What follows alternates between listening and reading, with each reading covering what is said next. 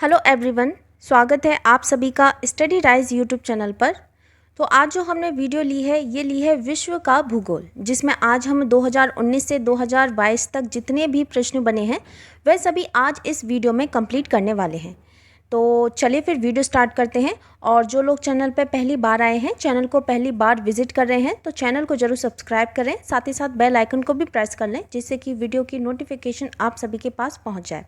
और इसके अलावा हमसे सोशल मीडिया पर जुड़ने के लिए डिस्क्रिप्शन में सभी के लिंक दिए गए हैं, तो आप वहां जाके चेकआउट कर सकते हैं। तो चलिए फिर आज की वीडियो स्टार्ट करते हैं। तो आज का जो हमारा क्वेश्चन है ये है क्वेश्चन नंबर 1, विश्व का भूगोल। सूची 1 को सूची 2 से सुमेलित कीजिए, नीचे दिए गए कूट से सही उत्तर चुनिए। तो चलिए फिर सूची 1 को सूची 2 से सुमेलित करते हैं। तो इसमें जो सबसे पहले दिया है ये इधर दिए हैं महासागर और उनका अधिकतम गहरा बिंदु क्या है। तो सबसे पहले है ये है प्रशांत महासागर, तो इसका अधिकतम गहरा बिंदु है ये है मेरियाना गर्त। दूसरा है आर्कटिक, इसका है मोलाए गर्त, ठीक है, इसका है मोलाए गर्त। तीसरा है हिंद, तो ये है सुंडा गर्त। और चौथा है अंध या अटलांटिक, तो इसमें है प्यूट्रो रिको गर्त। तो इसका जो सही आंसर हो जाएगा ये हो जाएगा ऑप्शन नंबर बी, इसमें राइट आंसर होगा ऑप्शन नंबर बी। अगला है क्वेश्चन, शनि ग्रह के वायुमंडल में निम्नलिखित में से कौन सी गैस सबसे अधिक मात्रा में पाई जाती है। Carbon monoxide, nitrogen, sulphur dioxide, methane. तो कौन सी पाई जाती है, ये पाई जाती है ऑप्शन नंबर डी, मीथेन पाई जाती है। तो शनि ग्रह का जो वायुमंडल है वह मुख्यतः 75% हाइड्रोजन एवं 25% हीलियम से निर्मित है। साथ ही अल्प मात्रा में मीथेन एवं जल हिम की उपस्थिति भी दर्ज की गई है। अतः दिए गए विकल्पों में सर्वाधिक उपयुक्त उत्तर विकल्प डी माना गया। तो इसमें जो सही है यह ऑप्शन नंबर डी, इसमें राइट आंसर होगा। अगला है म्यांमार का पेगु योमा क्षेत्र किस खनिज का प्रमुख उत्पादक है। टिन का है, चांदी का है, खनिज तेल का है या फिर तांबा का है। तो यह है ऑप्शन नंबर सी, खनिज तेल का।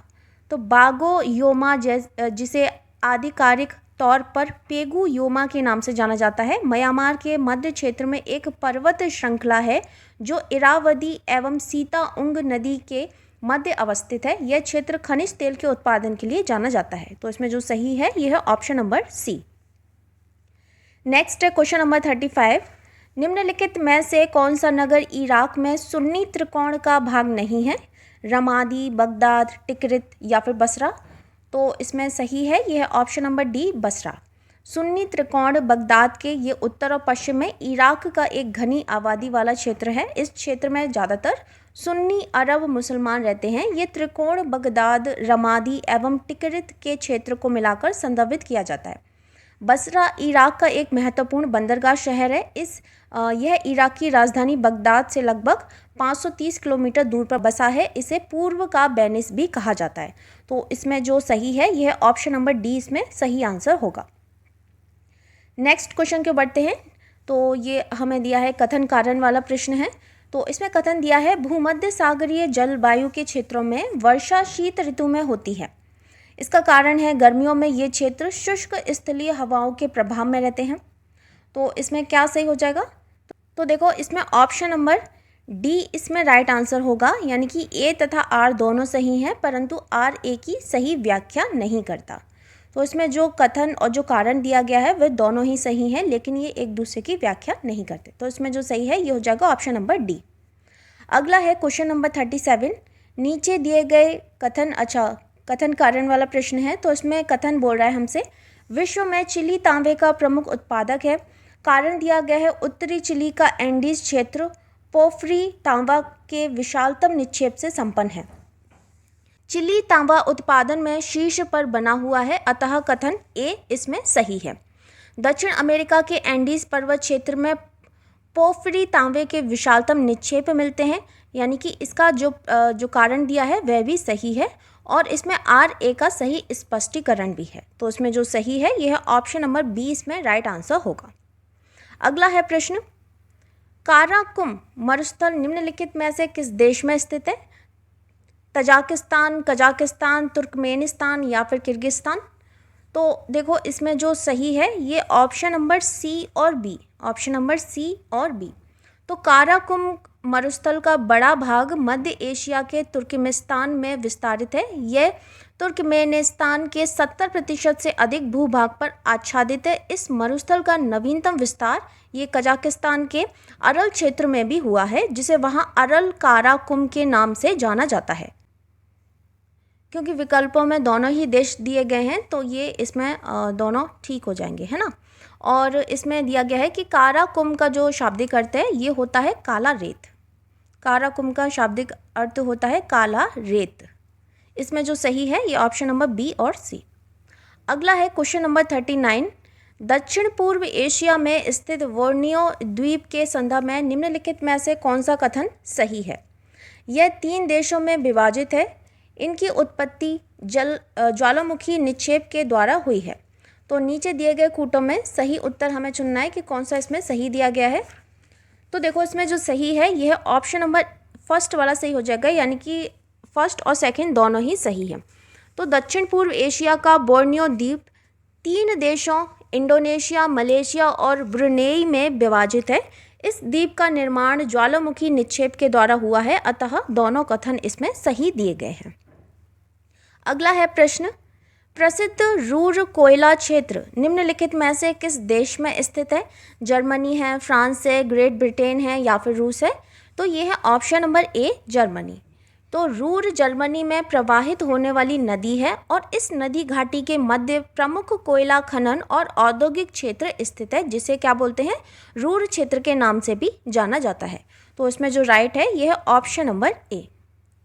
अगला है प्रश्न, निम्नलिखित में से कौन सा एक देश स्थल रुद्ध है। सूरीनाम, बोलिविया, उरुग्वे या फिर पेरू। तो इसमें जो राइट है ये ऑप्शन नंबर बी बोलिविया। तो बोलिविया ये दक्षिण अमेरिका में स्थित एक स्थल रुद्ध देश है। नेक्स्ट है, सूची 1 को सूची 2 से सम्मिलित कीजिए। तो एक तरफ हमें दिए गए हैं केंद्र और दूसरी तरफ उनके उद्योग दिए गए हैं। तो सबसे पहले है ये है ओसाका। तो ओसाका में क्या बनता है, क्या उद्योग है इसका, तो ये है सूती वस्त्र। दूसरा है डेट्राइट। डेट्राइट ये है मोटर वाहन। क्यूबा ये है सिगार। और सेंट पीटर्सबर्ग ये है पोत निर्माण के लिए। ठीक है, तो इसमें जो राइट है ये है ऑप्शन नंबर 20 में सही हो जाएगा 3, 4, 1, 2। तो नेक्स्ट है क्वेश्चन नंबर 28। निम्न में से कौन सा युग्म सही सुमेलित नहीं है। तो एक तरफ हमें स्थान दिए गए हैं और दूसरी तरफ उनकी जनजाति। तो जो सबसे पहले है ये है अलास्का। तो ये कोरयाक, बोर्निया, पुनान, अरब मरुस्थल रुवाला और डी है स्वीडन तथा फिनलैंड लैप्स। तो जो इसमें सही सुमेलित नहीं है यह है ऑप्शन नंबर ए, इसमें राइट आंसर होगा। कोरयाक जनजाति ये अलास्का की नहीं वरन ये किसकी है, ये है रूस की जनजाति है, जिनकी कुछ आबादी यूक्रेन में भी पाई जाती है। 2010 की रूसी जनगणना के अनुसार इसकी कुल आबादी 7953 थी। तो इसमें जो सही है यह ऑप्शन नंबर ए, इसमें राइट आंसर होगा। अगला है प्रश्न, मेकांग नदी के संदर्भ में निम्नलिखित में से कौन सा कथन सही है। मेकांग का उद्गम तिब्बत के पठार से है। मेकांग का डेल्टा दक्षिण कंबोडिया में स्थित है। तो नीचे दिए गए कूट से सही उत्तर चुनिए। तो इसमें हमें बताना है कि कौन सा सही दिया गया है। इसमें जो राइट आंसर हो जाएगा ये हो जाएगा ऑप्शन नंबर ए, इसमें राइट होगा, यानी कि केवल फर्स्ट वाला सही है। मेकांग का उद्गम तिब्बत के पठार से है। नेक्स्ट क्वेश्चन क्यों बढ़ते हैं। नेक्स्ट है, निम्नलिखित में से कौन सा एक युग्म सही सुमेलित नहीं है। तो एक तरफ हमें दिया है स्थानीय पवनों का नाम और दूसरी तरफ उनके स्थान। तो इसमें जो सही सुमेलित नहीं है ये हमें बताना है। तो लेवेश ये स्पेन, ब्रिकफिल्डर ये ऑस्ट्रेलिया, ब्लैक रोलर ये उत्तरी अमेरिका, शामल ये ऑस्ट्रिया। तो इसमें जो सही सुमेलित नहीं है यह ऑप्शन नंबर डी, इसमें राइट आंसर होगा। तो शामल ये जून एवं जुलाई महीने में प्रवाहित होने वाली एक गर्म, शुष्क एवं धूल भरी हवा है जो इराक, ईरान और अरब प्रायद्वीप में उत्तर या उत्तर पश्चिम में प्रवाहित होती है और इसकी गति 50 किलोमीटर प्रति घंटा तक होती है। तो इसमें जो सही है यह ऑप्शन नंबर डी, इसमें राइट आंसर होगा।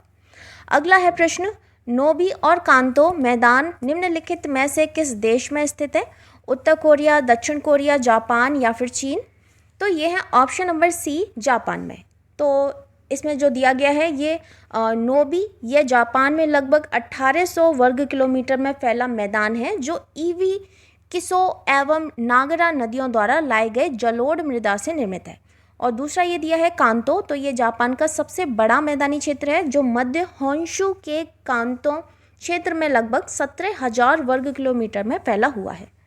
तो इसमें सी आंसर राइट होगा। अगला है, इंडोनेशिया के द्वीप समूह में पश्चिम से पूर्व दिशा की ओर सही क्रम निम्नलिखित में से कौन सा है? जावा, सुमात्रा, लोम्बोक, बाली, सुमात्रा, जावा, बाली, लोम्बोक, सुमात्रा, जावा, लोम्बोक, बाली, या फिर बाली, सुमात्रा, जावा, लोम्बोक। तो इसमें हमें बताना है पश्चिम से पूर्व दिशा की ओर सही क्रम बताना है। ये इंडोनेशिया के द्वीप हैं। तो इसमें जो राइट है ये है ऑप्शन नंबर बी, इसमें राइट आंसर होगा। तो इंडोनेशिया द्वीप समूह में पश्चिम से पूर्व दिशा की ओर आने वाले प्रमुख द्वीप हैं सुमात्रा है, जावा है, बाली है, फिर लोम्बोक है। तो इसमें राइट है ऑप्शन नंबर बी। अगला है प्रश्न, निम्नलिखित में से कौन सा देश काला सागर के तट पर स्थित नहीं है? सीरिया, टर्की, जॉर्जिया, या फिर बुल्गारिया। तो कौन सा है? यह ऑप्शन नंबर ए, सीरिया। काला सागर ब्लैक सी के उत्तरी तट पर यूक्रेन, पूर्वोत्तर में रूस और पूर्व में जॉर्जिया, दक्षिण में तुर्की और पश्चिम में बुल्गारिया एवं रोमानिया स्थित है। तो इसमें जो सही है यह है ऑप्शन नंबर ए, इसमें राइट आंसर होगा। अगला है प्रश्न क्वेश्चन नंबर 34। सूची 1 को सूची 2 से सम्मिलित करना है। तो एक तरफ हमें दिए हैं ज्वालामुखी पर्वत और दूसरी तरफ उनके देश दिए गए हैं। तो सबसे पहले है ये है माउंट रेनर। तो माउंट रेनर ये कहाँ पर है? ये है यूएसए में, माउंट रेनर यूएसए में। दूसरा है माउंट एटेना, ये है इटली में, माउंट एटेना इटली। माउंट पेरिकुटीन, तो ये है मैक्सिको में। और ये है माउंट एपो, ये है फिलीपींस में। तो इसमें जो सही है ये हो जाएगा ऑप्शन नंबर बी, इसमें राइट आंसर होगा ऑप्शन नंबर बी। अगला है प्रश्न, निम्नलिखित में से कौन सा द्वीप कैरिबियन सागर में अवस्थित नहीं है? ग्रेनाडा, मोंटसेराट, मडीरा, या फिर एंगुइला। तो ये है ऑप्शन नंबर सी, मडीरा। मडीरा पुर्तगाल के 2 स्वायत्त क्षेत्रों में से एक है। यह उत्तरी अटलांटिक महासागर में स्थित एक द्वीप समूह है। तो इसमें जो सही है ये option number C. Next question की ओर बढ़ते हैं। निम्नलिखित में से कौन सा सही सुमेलित नहीं है? तो इसमें से हमें बताना है कि कौन सा सही सुमेलित नहीं है। तो एक तरफ हमें दिए गए हैं देश और दूसरी तरफ उनके लौह खनिज उत्पादक क्षेत्र। तो सबसे पहले ये है कजाकिस्तान। तो कजाकिस्तान करागाड़ा, तो ये ठीक है। दूसरा है यूक्रेन, ये है क्रिवोई राग, ये ठीक है। तीसरा है जर्मनी, तो ये नॉर्मैंडी, ये इसमें ठीक नहीं है। तो इसमें जो सही है ये ऑप्शन नंबर सी, इसमें राइट आंसर होगा। इसमें हमसे पूछा था कि कौन सा सुमेलित नहीं है। तो जो नॉर्मैंडी ये है ये फ्रांस देश में है, ठीक है, जर्मनी में नहीं है। कहाँ पर है? फ्रांस में है। और जो लास्ट दिया है ये फ्रांस, ये पाइरेनीज, ये भी सही है। तो उसमें जो सही है ये ऑप्शन नंबर सी। अगला है क्वेश्चन नंबर 34। विश्व के निम्नलिखित प्रदेशों में से किसमें खट्टे रसीले फलों का उत्पादन बहुत विकसित है? मानसूनी प्रदेश, उष्णकटिबंधीय उच्च भूमि प्रदेश, भूमध्य सागरीय प्रदेश, या फिर भूमध्य रेखीय प्रदेश। तो यह है ऑप्शन नंबर सी, भूमध्य सागरीय प्रदेश। भूमध्य सागरीय प्रदेश में खट्टे रसीले फलों का उत्पादन बहुत विकसित है। भूमध्य सागरीय जलवायु प्रदेश को उपोष्ण कटिबंधीय शुष्क ग्रीष्म जलवायु प्रदेश भी कहा जाता है। नेक्स्ट क्वेश्चन की ओर बढ़ते हैं। Question number 35। सूची 1 को सूची 2 से मिलान कीजिए। तो एक तरफ हमें दिए गए हैं उष्ण कटिबंधीय चक्रवात और दूसरी तरफ उनके देश दिए गए हैं। तो सबसे पहले है ये है बैगुओ, तो ये है फिलीपींस में, फिलीपींस। हरिकेन ये है संयुक्त राज्य अमेरिका। टाइफून ये है चीन। और बिली विलीज ये है ऑस्ट्रेलिया, ठीक है। तो इसमें जो सही है ये हो जाएगा ऑप्शन नंबर बी, इसमें राइट आंसर होगा ऑप्शन नंबर बी। नेक्स्ट है डार्लिंग श्रृंखला ऑस्ट्रेलिया के निम्नलिखित तटों में से किस पर अवस्थित है? तो उत्तरी पूर्वी तट पर, दक्षिणी तट पर, पूर्वी तट पर, या फिर दक्षिणी पश्चिमी तट पर। तो डार्लिंग श्रृंखला ये ऑस्ट्रेलिया के दक्षिणी पश्चिमी तट पर अवस्थित है, दक्षिणी पश्चिमी तट पर अवस्थित है। यह श्रृंखला पश्चिमी ऑस्ट्रेलिया राज्य में है। तो उसमें जो सही है ये option number D. Next question, निम्नलिखित में से कौन सी महासागरीय धारा हिंद महासागर से संबंधित है? फ्लोरिडा धारा, कनारी धारा, अगुलहास धारा या फिर क्यूराइल धारा? तो ये है ऑप्शन नंबर सी, अगुलहास धारा। ठीक है, कौन सी है? अगुलहास धारा। तो जो इसमें ऑप्शन दिया है फ्लोरिडा धारा, ये अटलांटिक महासागर की धारा है। कनारी धारा ये है अटलांटिक, ये अगुलहास धारा ये है हिंद महासागर से संबंधित, और क्यूराइल धारा ये है प्रशांत महासागर से संबंधित। तो इसमें अगुलहास एवं फ्लोरिडा धारा ये गर्म धारा हैं, जबकि जो कनारी और क्यूराइल धारा है ये ठंडी धाराएं हैं। तो इसमें जो सही है ये ऑप्शन नंबर सी। अगला प्रश्न है, सूची 1 को सूची 2 से सुमेलित कीजिए। तो नृजातीय समूह दिए गए हैं और दूसरी तरफ उनके देश दिए गए हैं। तो सबसे पहले है ये है यहूदी, तो ये इज़राइल। दूसरा है टेडा, टेडा है लीबिया। और बेजा ये है मिस्र। और लुर ये है ईरान देश है। ठीक है, तो इसमें जो सही है ये है ऑप्शन नंबर डी, इसमें राइट आंसर होगा 4312, 4312। अगला प्रश्न है, निम्नलिखित में से कौन सा एक सही सुमेलित नहीं है? देश और राजधानी दी गई है, तो इसमें हमें बताना कि कौन सा सही सुमेलित नहीं है। तो मोरक्को की राजधानी क्या है? ये है रबात, सही है। ट्यूनीशिया की राजधानी ट्यूनिश, अल्जीरिया की राजधानी अल्जीरियस, और कैप वर्डे की राजधानी, तो कैप वर्डे की जो राजधानी है ये इसमें सही नहीं दी गई है, तो इसमें यही इसका राइट आंसर होगा, क्योंकि हमसे पूछा था कि सही सुमेलित नहीं है। ठीक है, तो ये है प्राइया, कैप वर्डे की राजधानी एवं सबसे बड़ा शहर है। बामाको माली की राजधानी है। तो इसमें प्राइया यानी PRAIA, प्राइया ये कैप वर्डे की राजधानी एवं सबसे बड़ा शहर है। तो उसमें जो सही है ये ऑप्शन नंबर डी। नेक्स्ट है क्वेश्चन, दक्षिणी अफ्रीका का पोस्ट मासवर्ग और उसका समीपवर्ती क्षेत्र निम्नलिखित में से किस खनिज का प्रमुख उत्पादक है? यूरेनियम, बॉक्साइट, मैग्नीज या फिर अभ्रक? तो ये है ऑप्शन नंबर सी, मैग्नीज। दक्षिण अफ्रीका का पोस्ट मासवर्ग और उसका समीपवर्ती क्षेत्र मैग्नीज खनिज का प्रमुख उत्पादक है। तो इसमें जो सही है ये ऑप्शन नंबर सी। अगला है प्रश्न, सूची 1 को सूची 2 से सुमेलित कीजिए। तो एक तरफ हमें दिए गए हैं पर्वत और दूसरी तरफ उनके देश दिए गए हैं। तो सबसे पहले जो पर्वत दिया गया है ये है एटलस। एटलस कौन से देश में है? तो ये है मोरक्को देश में है। दूसरा है किलीमंजारो, तो किलीमंजारो ये है तंजानिया देश में। किलीमंजारो कहाँ पर है? तंजानिया देश में। और फिर दिया है हमें चिम्बरोजो, चिम्बरोजो है ये है इक्वाडोर में। और लास्ट है ये है पाइरेनीज, ये है फ्रांस या स्पेन में। तो देखो इसमें जो सही है ये हो जाएगा ऑप्शन नंबर, इसमें ए राइट हो जाएगा 4321। अगला प्रश्न है, मलेशिया में किट्टा घाटी प्रसिद्ध है रबर उत्पादन के लिए, चाय उत्पादन के लिए, टिन उत्पादन के लिए या फिर कहवा उत्पादन के लिए? तो ये है ऑप्शन नंबर सी, टिन उत्पादन के लिए। तो मलेशिया में जो किट्टा घाटी है ये टिन उत्पादन के लिए प्रसिद्ध है। इसमें जो सही है ये option number C. Next question है, निम्नलिखित में से किन देशों से होकर भूमध्य रेखा नहीं गुजरती है? गैबोन, सोमालिया, भूमध्य रेखीय गिनी या फिर रवांडा?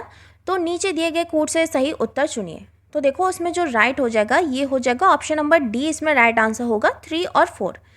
हमसे पूछा किन देशों से भूमध्य रेखा यानी कि जो विषुवत रेखा है वह नहीं गुजरती है। ठीक है, तो देखो इसमें विषुवत रेखा कुल 13 देशों से होकर गुजरती है। अब वो 13 देश कौन से हैं? तो सबसे पहले है ब्राज़ील, फिर इक्वाडोर, फिर कोलंबिया, साओ टोम और प्रिंसिप, फिर है कांगो गणराज्य, युगांडा, सोमालिया, गैबोन, कांगो लोकतांत्रिक गणराज्य, केन्या, इंडोनेशिया, मालदीव और किरीबाती। तो ठीक है, ये सभी जो 13 देश हैं इन सभी से होकर भूमध्य रेखा गुजरती है यानी कि विषुवत रेखा गुजरती है। तो उसमें जो सही है ये हो जाएगा ऑप्शन नंबर 3 और 4 राइट आंसर होंगे। नेक्स्ट है क्वेश्चन नंबर 34। सुएज नहर क्षेत्र में उत्तर से दक्षिण दिशा की ओर पड़ने वाली झीलों का सही क्रम है। तो इसमें कौन सा सही क्रम है?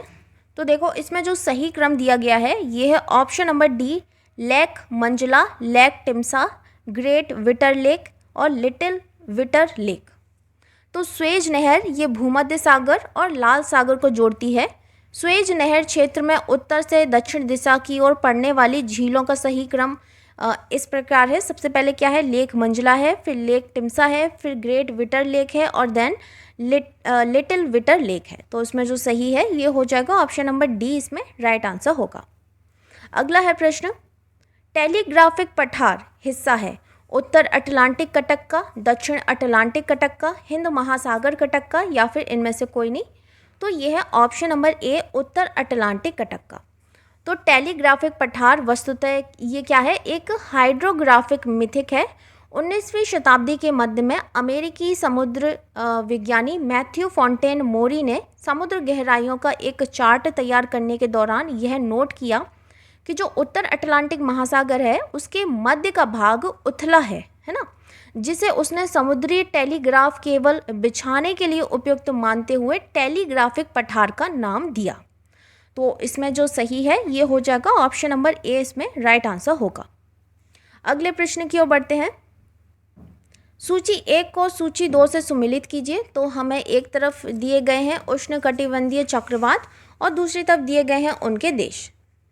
उष्णकटिबंधीय चक्रवातों को विभिन्न क्षेत्रों में भिन्न भिन्न नाम से जाना जाता है। इन्हें उत्तर एवं उत्तर पश्चिम ऑस्ट्रेलिया में विली विलीज, जापान में टाइफू या टैफू, फिलीपींस में बगुइयो, यूएसए में हरिकेन और चीन में टाइफून तथा भारत में चक्रवात के नाम से जाना जाता है। तो देखो, इसमें सबसे पहले दिया गया है ये है विली विलीज, तो ये है ऑस्ट्रेलिया में।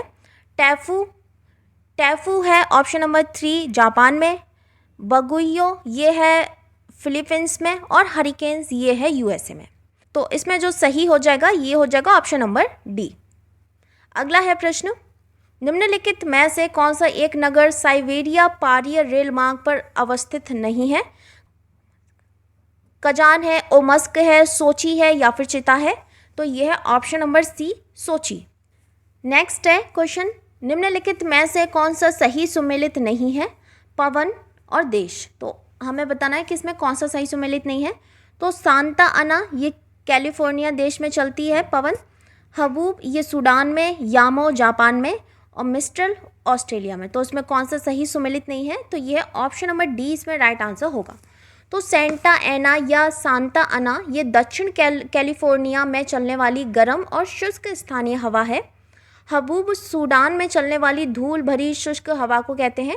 यामो जापान में चलने वाली गर्म और शुष्क स्थानीय हवा है।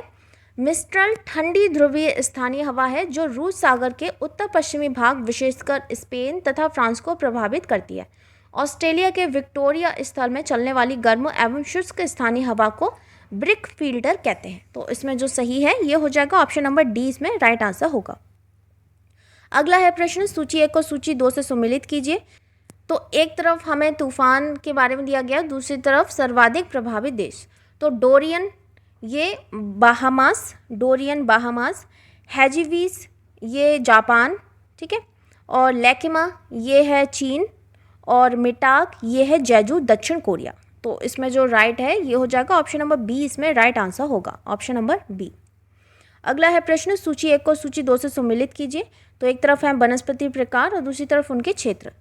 तो माकची है यह है भूमध्य सागर के तटीय क्षेत्र, भूमध्य सागर के तटीय क्षेत्र। फिम्बस ये है दक्षिण अफ्रीका। चैपरेल ये है कैलिफोर्निया और लास्ट है मेटोरेल ये है चिली। तो इसमें जो राइट है ये हो जाएगा ऑप्शन नंबर ए, इसमें राइट आंसर होगा 2314। अगले प्रश्न की ओर बढ़ते हैं। सूची 1 को सूची 2 से सुमेलित कीजिए। तो एक तरफ हमें देश दिए गए हैं, दूसरी तरफ उनकी राजधानी। तो उज्बेकिस्तान इसकी राजधानी क्या है? यह है ताशकंद। दूसरा है तजाकिस्तान, इसकी राजधानी क्या है? दुशांबे। तीसरा है किर्गिस्तान, इसकी राजधानी क्या है? बिश्केक। और चौथा है तुर्कमेनिस्तान, इसकी राजधानी क्या है? अशकाबाद। तो इसमें जो राइट है ये हो जाएगा 1 2 3 4 है ना, ऑप्शन नंबर फर्स्ट इसमें राइट आंसर होगा। नेक्स्ट है क्वेश्चन, सूची 1 को सूची 2 से सम्मिलित कीजिए। तो प्राकृतिक वनस्पति है और क्षेत्र है। तो इसमें जो सबसे पहले दिया है ये है अधिजीवी वनस्पति। ये कहाँ पाई जाती है, किस क्षेत्र में पाई जाती है? तो ये भूमध्य रेखीय क्षेत्र में, ठीक है, भूमध्य रेखीय क्षेत्र में। दूसरा है बबूल, तो ये सहारा में। तीसरा है बेओबाब, तो ये सवाना में। और चौथा है देवदार, तो ये भूमध्य सागरीय में। तो इसमें जो देखो राइट आंसर है ये हो जाएगा ऑप्शन नंबर ए, इसमें सही हो जाएगा 2, 3, 4, 1। अगले प्रश्न की ओर बढ़ते हैं। निम्नलिखित में से कौन सा सही सुमेलित नहीं है? तो एक तरफ हमें जनजाति दी गई है, दूसरी तरफ उनके स्थान। तो इसमें कौन सी सही सुमेलित नहीं है? तो देखो पिग्मी जनजाति ये कांगो बेसिन में, दूसरी है अंगामी जनजाति ये नागालैंड में, तथा एनु जनजाति ये जापान में पाई जाती है। जबकि जो किरिदिज जनजाति है ये मध्य एशिया में पाई जाती है, न कि सूडान में। तो इसमें जो सही है ये ऑप्शन नंबर डी इसमें राइट आंसर होगा। अगला है प्रश्न क्वेश्चन नंबर 44। निम्नलिखित प्राकृतिक प्रदेश में से किसे बड़े शिकारों की भूमि के नाम से जाना जाता है? शीतोष्ण घास का मैदान, उष्ण कटिबंधीय मानसून प्रदेश, उष्ण रेगिस्तान प्रदेश या फिर उष्ण कटिबंधीय सवाना प्रदेश। तो ये है इसमें right answer option number D. पूरी दुनिया में सवाना प्रदेश में प्रत्येक वर्ष हजारों बड़े जानवरों को शिकार के द्वारा मारा जाता है, इसीलिए इस प्रदेश को बड़े शिकारों की भूमि कहा जाता है। तो इसमें जो सही है ये हो जाएगा ऑप्शन नंबर डी, इसमें राइट आंसर होगा। तो फ्रेंड्स ये थी आज की वीडियो, जिसमें आज हमने 2019 से 2022 के जितने भी प्रश्न बने थे विश्व के भूगोल से, वह सभी आज हमने कंप्लीट किए हैं। और वीडियो अगर आपको पसंद आती है तो वीडियो को लाइक, कमेंट, शेयर ज़रूर करें। और जो भी चैनल पर पहली बार आए हैं तो चैनल को ज़रूर सब्सक्राइब करें। जो भी आगामी एग्ज़ाम है उन सभी की तैयारी हमारे यूट्यूब चैनल पर कराई जाती है, तो चैनल को सब्सक्राइब जरूर करें। ठीक है, मिलते हैं फिर बहुत जल्द नेक्स्ट वीडियो में। तब तक के लिए थैंक यू सो मच।